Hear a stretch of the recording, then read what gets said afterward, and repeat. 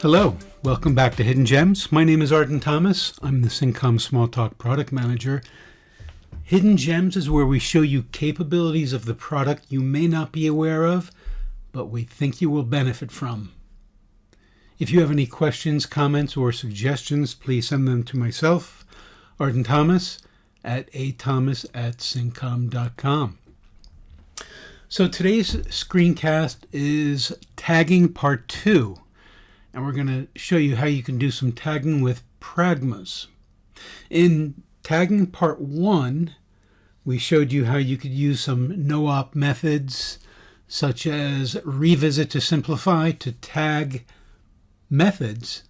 So you could tag them so you could revisit them, for example, or say you wanted to note that you want to come back and simplify it or clean it up. You can tag them with whatever tag that you want to come back and revisit that.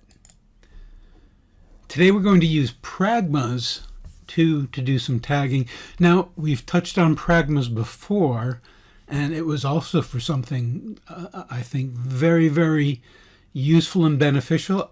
I use it in all my development images, and that is we touched on Pragmas to give you these icons right here. So this, of course, is the system browser. This is a version of that browser that will give you just the things from your repository, so a subset, so you can find your things very quickly. And of course, you want to make sure that you save all your work. So here's another variation of the browser that shows you just things that have not been published. And I find these extremely useful in my day-to-day development in building things like the Hidden Gems. So what is a Pragma? Well, a Pragma essentially gives you meta information. It allows you to tag a method with some meta information that's not compiled in the direct compilation of the method. And we're going to show you how to tag a method with a Pragma and use it programmatically or dynamically. In this screencast, to make it more interesting and to give you a pragmatic example, we're going to use some work that we did in part 3 of the Build It series, so we can demonstrate an example of using them. So let's get straight to it. So first we're going to talk about Pragma setup. So here's a method I wrote for the Pragma setup. By convention, this method has Pragma in it, but it doesn't need to. What it essentially is saying that we've got Pragmas on the class side of this class, Fred model series. And these are the Pragmas you can find. They'll have these open and close brackets for Fred and Fred colon, which can take a parameter. So this is necessary, and it's part of the declaration that you have Pragmas, and here's what the Pragmas look like. What I also have, here's another best practice, and that is a comment that is executable. And what I can say is I can ask Pragma, all named Fred, so this one right here, that's this class we're in right here right now, Fred model series class. And I can execute this. For example, I'll show you. It has 2 Pragmas that it found. Well, let's show you how to write those Pragmas. So here is an example of a Pragma. This method, unemployment rate. I also have again, best practice, a comment that I can execute to execute this method. And here's the Pragma right here, Fred in these triangle brackets. And what this does, and this was the part 3 of the Build It series, we said, give me the series. It's the Fred, which is the Federal Reserve data. I can get the data for the unemployment rate. So let me go ahead and execute this. I'm going to inspect it. And here we have a series of data for date times. And I also tucked in here as kind of a way to keep this information, the model, a Fred model series that has things like the ID, unrate, frequency, it's monthly, this data is monthly, the series, which we saw, and the title, unemployment rate. So, and also when the observations started and ended. So this is some useful information that we may want to use, but we'll most frequently use the series itself, which this is right here. So that's what that does, and we've tagged it with Fred. Now, the reason Pragmas can be useful, if I want to add additional methods like unemployment rate, say there are hundreds of Fred series, and all I essentially have to do is add them just like this, and then I can access all of them the way I showed you before, which was right here. I can find all the ones tagged with Fred like this. What can I use that for? Maybe I want to build a list of all the available Fred series. Maybe I want to build a menu, and we're going to show you an example of doing something similar to what I'm talking about here. Now there is another variation, Fred colon, I'm declaring here, and I have an example of it right here, and I call it unemployment rate X to distinguish it, and I say Fred colon, and I'm using this as a parameter which I can get. Now this is another variation, and I could make this work. However, for this example here, this may be getting a little bit too clever, and this example right here is all I need to work and to work very well. So let's not overthink it. Okay, so we've got this set up. How might I use it? What can I do with it? Well, let's look at building some Fred dictionaries for examples. So let's take a quick walk through this. I'll debug this.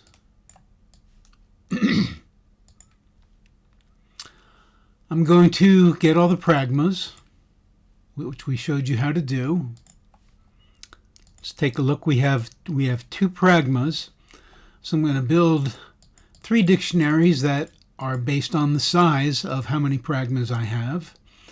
Then I'm going to have it perform the selector, and that's going to give me the series. So the ID is, well, we're going to get the ID right here. Federal funds rate. Okay, we've got the federal funds rate series right here. So we're going to put the series at the Fred series dictionary. We're going to get the model and put that in the Fred model dictionary. And the selector, if we needed the selector, let's dive into this. The selector here would be, well, let's see what we get in the thing. Pragma selector. Going to inspect that, and I get Fed funds. Okay. In case I wanted to look it up by ID and call it. And we're going to do that for both of them. Okay.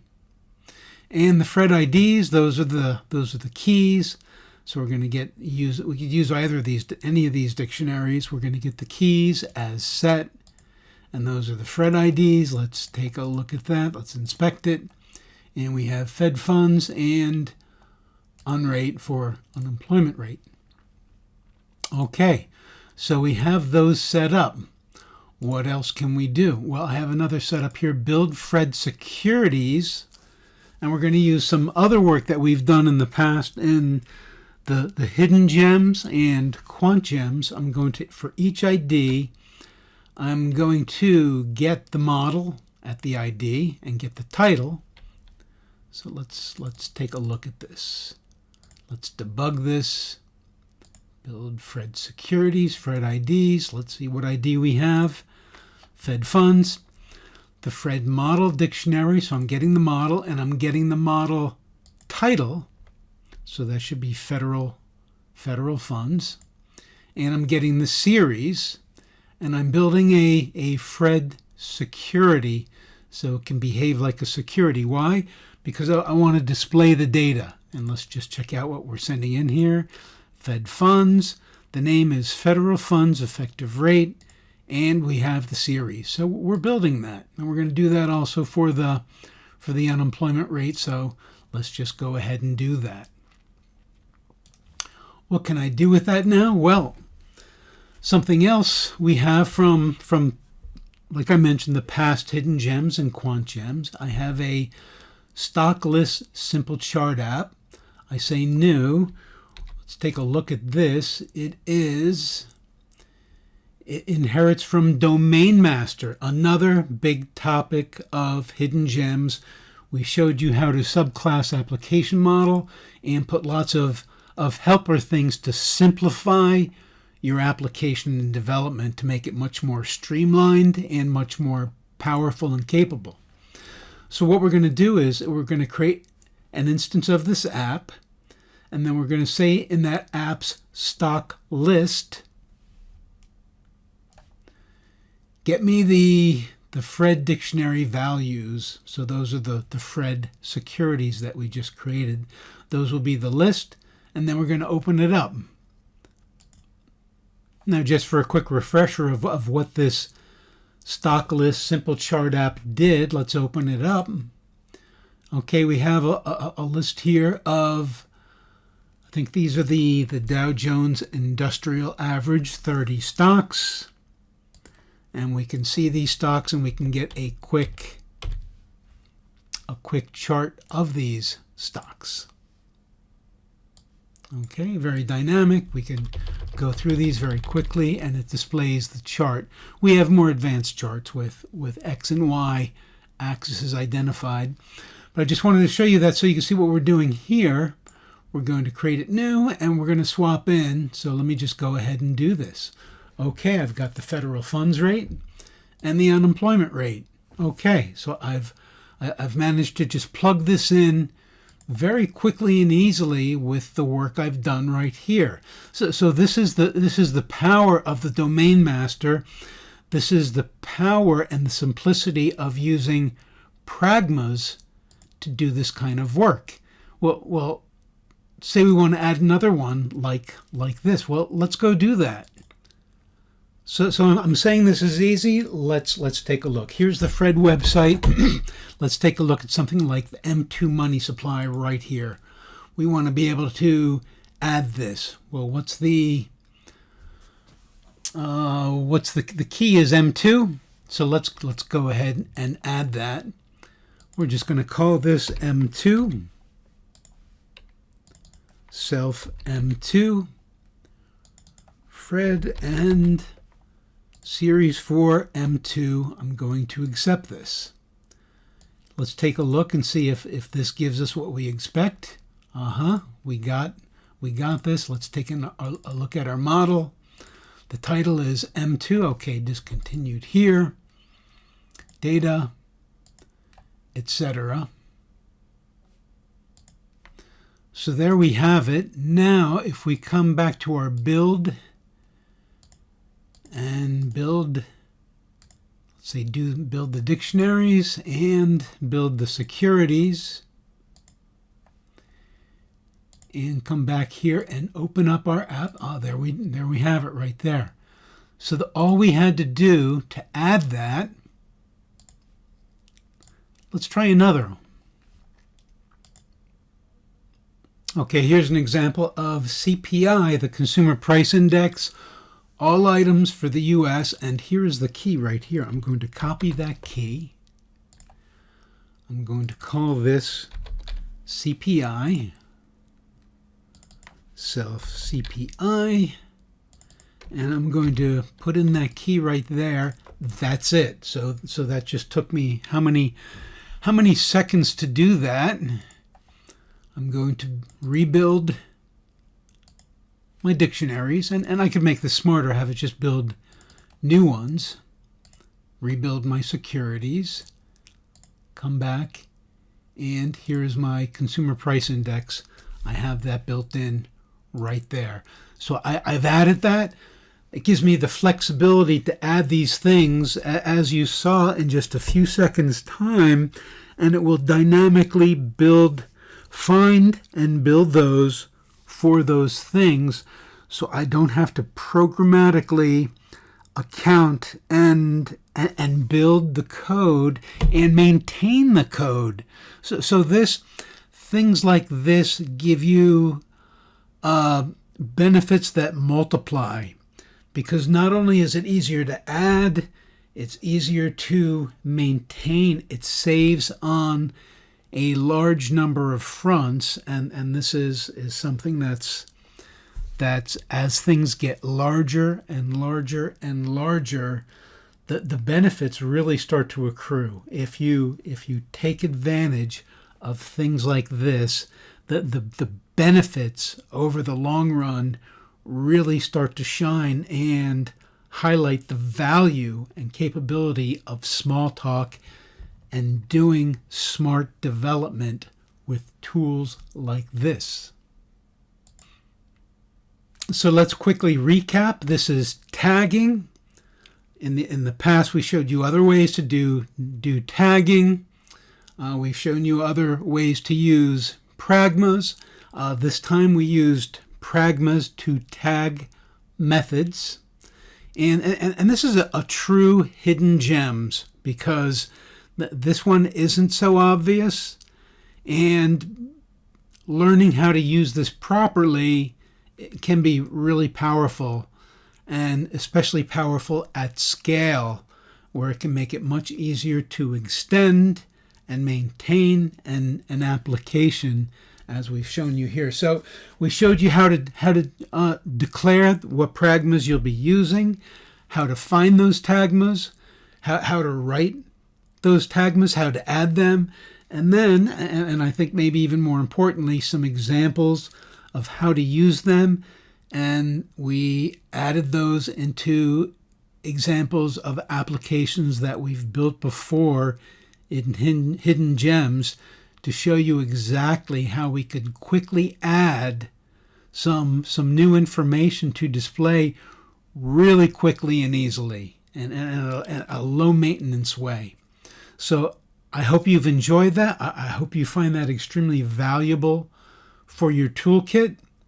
Again, any questions, comments, or suggestions, please send them to myself, Arden Thomas, at athomas@syncom.com.